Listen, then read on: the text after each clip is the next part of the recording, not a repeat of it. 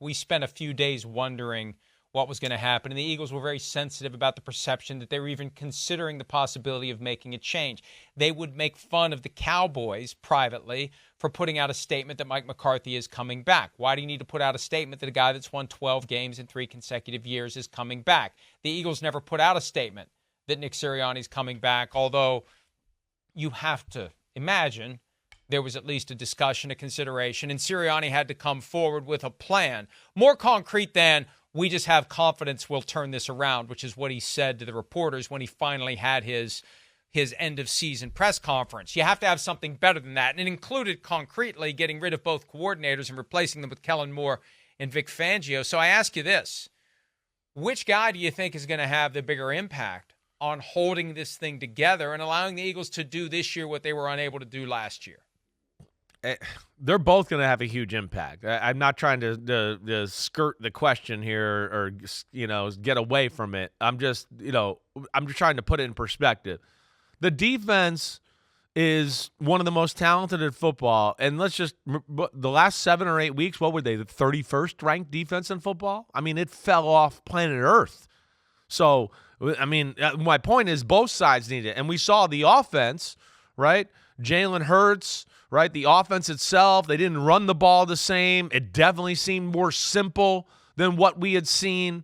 I think because of that, and it wasn't as easy, Jalen Hurts, he turned the ball over a whole lot more, trying to force the issue a little bit, holding the ball long. He missed Shane Steichen. I mean, if you're going to make me pick one, okay, I think I'd probably go with Kellen Moore. But, damn, this is one where I look at it and go, they needed it big time on both sides of the ball. But I guess I would go with Kellen Moore just because that offense has the ability to not be stopped by anybody, really. And with that offensive line, those receivers, the tight end, and now Saquon Barkley, I mean, if it's just a good offense and a good system, they're going to be borderline unstoppable with that talent on the field. Well, I think the coordinators have different impacts. Last year, the defensive coaching was so bad. They get the guy they would have gotten if the Jonathan Gannon tampering thing hadn't occurred. The ship had sailed on Fangio staying. He'd given his word to the Dolphins. He didn't go back on that. That's the guy they wanted last year before it was Sean Desai, who was eventually quietly demoted for Matt Patricia. It never quite worked. Offensively with Brian Johnson, the thinking was, hey, this guy's known Jalen Hurts forever. This is going to work, and it just didn't.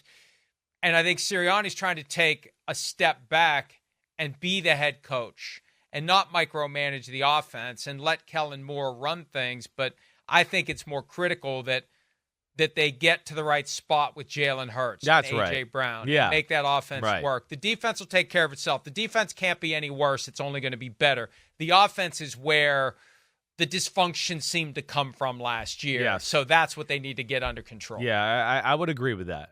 That's priority number one. Your biggest investment in the team is Jalen Hurts, right?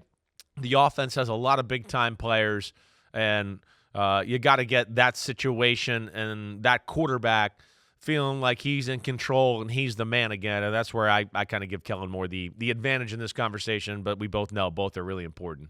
Hi, it's Mike Florio. Thanks for watching PFT on YouTube. Hit subscribe for the latest news and analysis from Pro Football Talk.